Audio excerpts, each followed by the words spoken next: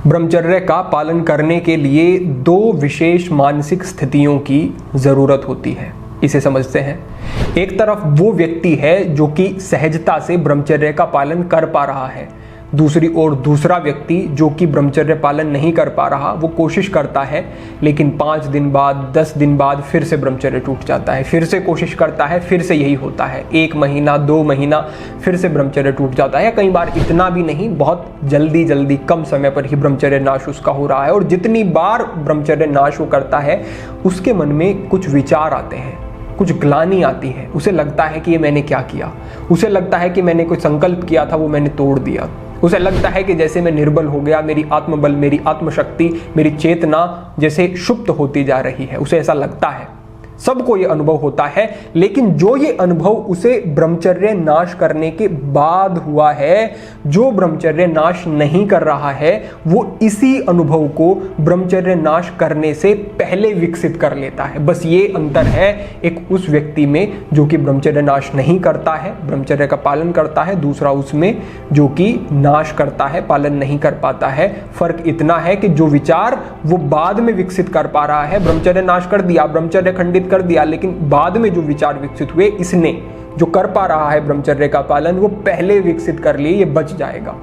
आपको ये अभ्यास करना होगा, आपको ये देखना होगा कि मैंने क्या अनुभव किया था तब, और उस अनुभव को आप चाहे कहीं लिख लें, आप अपने फोन में लिख लें, आप अपने नोटबुक में लिख लें, आप किसी भी स्थान पर लिख लें, आप अपनी स्मृति में उसे बिठा लें कि जो वो अनुभव था वो क्षणिक था, वो कुछ ही समय का था, लेकिन उसके बाद जो ग्लानि थी, उसके बाद जो मैंने अनुभव किया था, वो विस्तृत था, वो विशाल था, वो दीर्घकालिक था। मेरा इसमें कोई हित नहीं है, अहित ही अहित है, इसको मुझे छोड़ना है।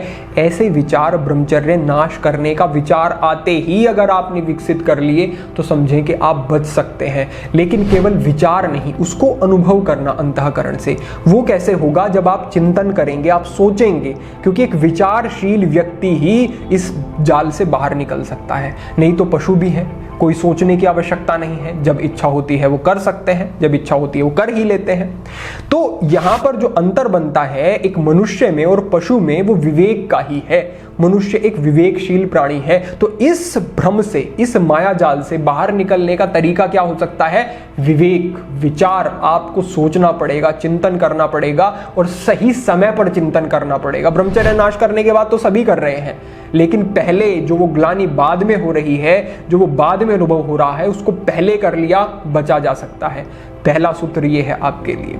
दूसरे स्थान पर आप समझें, जो कि महर्षि पतंजलि कहते हैं कि शोचात स्वांग जुगुत्सा पर संसर्ग, कि जो व्यक्ति इस शरीर को ठीक प्रकार से देख लेगा, केवल शरीर को देख लेगा कि है क्या इस शरीर में, दूसरे के शरीर को भी देखे, अपने शरीर को भी देखे, तो उसे जो आकर्षण है शरीर के प्रति उसका कम हो जाएगा। आप देखें, जिस व्यक्ति का जितना विवेक ऊंचा है उसका वैराग्य उतना ही दृढ़ है, उसका ब्रह्मचर्य उतना ही पक्का है। मैं फोन में अपने कुछ देख रहा था, कुछ न्यूज़ सामने मेरे आई। कुछ व्यक्तियों ने, जो छिपकली होती है, जो जंगली होती है, वो आकार में काफ़ी बड़ी होती है, तो उसके साथ उन्होंने कुछ गलत कर्म किए, कुकर्म किए। एक तरीके से कहें, उन्होंने उस छिपकली का रेप कर लिया। मैंने ये देखा और मेरे मन में प्रश्न उठा कि कुछ भी लिख देते हैं, ये तो बात बड़ी अस्वाभाविक है, ये तो झूठी बात है। फिर मैंने उसको सर्च किया गूगल पर, और कुछ मेरे सामने आंकड़े निकल करके आए, जिनमें से काफ़ी प्रतिष्ठित चैनल भी ऐसे थे जिन्होंने इस बात की पुष्टि की कि हाँ, कुछ व्यक्तियों ने जंगल में एक लिजर्ड को, एक छिपकली को पकड़ा और उसके साथ इस प्रकार के कुकर्म किए। आप देखें यहाँ पर कि कितना ज़्यादा विवेक का स्तर गिरा हुआ है व्यक्ति का। जो चीज़ विश्वास करना भी एक सामान्य व्यक्ति के लिए जिस पर बड़ा कठिन हो जाता है, व्यक्ति वैसी क्रिया कर रहा है। ये है पतन हो जाना पूर्ण रूपेण। अब जिसका विवेक इससे थोड़ा सा ऊंचा उठा हुआ है, वो सोचेगा कि अरे ये तो बड़ा गलत कार्य है, लेकिन जब उसे मौका मिलेगा तो वो किसी स्त्री के प्रति गलत दृष्टि रखने और उसके साथ जबरदस्ती कुछ करने में नहीं चूकता है। ऐसे व्यक्ति हैं। फिर इनसे भी कुछ विवेक ऊंचा है जिस व्यक्ति का, वो कहेगा कि नहीं, मैं किसी को कष्ट नहीं पहुंचा सकता, बस मैं किसी को ऐसे अपनी बातों में बहला फुसला करके, अगर मेरे बहकावे में कोई आ जाता है तो उसके साथ मैं ऐसे कार्य कर सकता हूँ। अब इसका विवेक उससे कुछ ठीक है, लेकिन ये भी पतन की ओर ही जाएगा।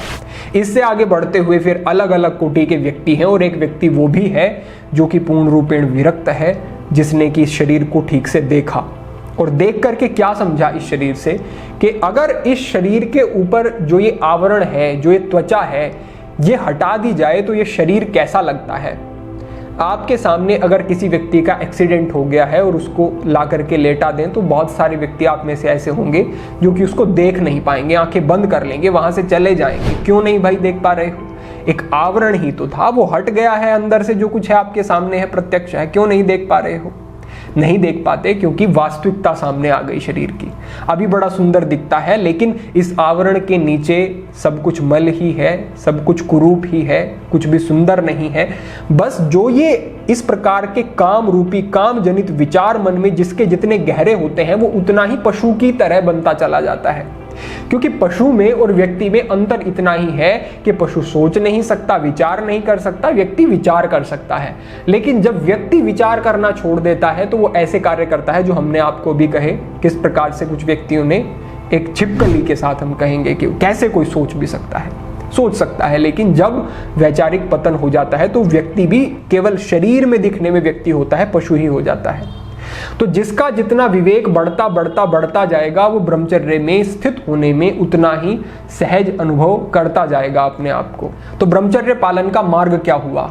ब्रह्मचर्य पालन का मार्ग कोई बहुत बड़ी प्रेरणा नहीं, किसी ने मोटिवेट कर दिया, वो नहीं। ब्रह्मचर्य पालन का जो मार्ग है वो प्रशस्त होता है, आप कितना सोच पाते हैं, सही दिशा में सही दृष्टि रख के कितना सोच पाते हैं, अपने आपका कितना विकास आप कर सकते हैं। एक उच्च बौद्धिक स्तर का व्यक्ति कभी इतना गिर नहीं सकता, भटक सकता है, पतन हो सकता है, लेकिन फिर से मार्ग पर आ जाएगा। कभी पूर्ण रूपेण पथभ्रष्ट नहीं हो सकता वो व्यक्ति। तो अपने मानसिक स्तर को ऊंचा उठाना, अपने आप को एक उच्च बौद्धिक स्तर का व्यक्ति बनाना जिस दिन आप शुरू कर देंगे, समझें उस दिन से परिवर्तन आ सकते हैं। और ऐसे परिवर्तन आएंगे जो स्थायी होंगे, जो एक बार आ गए तो फिर वो जीवन में रहेंगे। वो बार बार आपको कहीं से उनको प्राप्त करने की जरूरत नहीं, फिर आपको ये वीडियोस देखने की भी जरूरत नहीं, लेकिन आपको ये समझना पड़ेगा कि आपको किस तरीके से इस मार्ग पर आगे बढ़ना है। यही हमारा प्रयास है। तो अपने बौद्धिक स्तर को ऊंचा उठाने के लिए आपको समझना है कि अच्छा स्वाध्याय करो, ईश्वर के सानिध्य में रहो, उनसे जुड़ो। आपके आसपास कोई भी मंदिर है, कोई आध्यात्मिक स्थान है, जाओ, बैठो, कुछ समय व्यतीत करो, अपने बोध को बढ़ाओ, श्रीमद् भगवद गीता पढ़ो, भगवान के मार्गदर्शन को समझो, अंगीकार करो, अनुभव करो, प्रयोग करो जीवन में।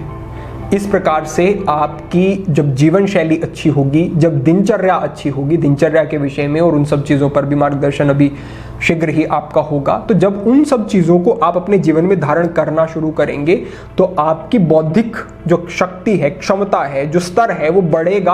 और जितना जितना वो बढ़ेगा, समझो उतने ही आप गुणवत्ता के व्यक्ति हो गए। जितनी गुणवत्ता के व्यक्ति आप हो गए, उतना ही गहरा आप विचार कर सकेंगे। जितना गहरा विचार हो जाएगा उतनी विरक्ति हो जाएगी, क्योंकि अब आपके सामने सत्य आ गया है, सत्य स्पष्ट हो गया है। और सत्य यही है कि जितने भी ये आकर्षण है हमारे जीवन में, ये हमें कष्ट ही देते हैं। और जिन भी चीज़ों के प्रति हम आकर्षित हैं, वो बड़ा कोई आकर्षण रखती नहीं है, क्योंकि अगर उनमें आकर्षण होता, वो हर समय पर आकर्षण आपको उनमें दिखाई देता। लेकिन जब आप ब्रह्मचर्य नाश कर लेते हैं तब तो कोई आकर्षण नहीं है। या फिर जब आप किसी दूसरे, किसी विशेष महत्वपूर्ण कार्य में लगे हैं, तब भी आपका मन नहीं जाता। आपके सामने भी कोई चीज़ है, आपका मन नहीं जाता, दिमाग नहीं जाता। यानी कि ये बिगड़ी हुई मानसिक स्थिति के कारण आकर्षण है, ये आकर्षण स्वाभाविक नहीं है। जो एक मूर्ख व्यक्ति है वो एक छिपकली में भी आकर्षण देख रहा है, जो एक बोध से युक्त व्यक्ति है वो एक स्त्री में भी आकर्षण नहीं देख रहा। इसमें आप अंतर समझें।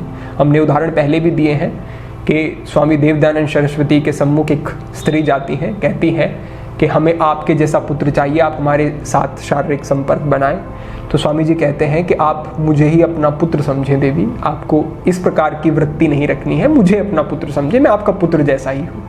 एक स्त्री जो कि उनकी आयु की ही रही होंगी, वो उनके सामने जाती हैं, प्रस्ताव रखती हैं, लेकिन वो उसमें भी माता के रूप में उन्हें देखते हैं। कितना ऊंचा बौद्धिक स्तर हो सकता है एक व्यक्ति का, विचार करने की जरूरत है। और एक तरफ ये व्यक्ति भी हो सकते हैं। तो क्या इनको मनुष्य कहा जा सकता है? इनको पशु ही कहा जाएगा।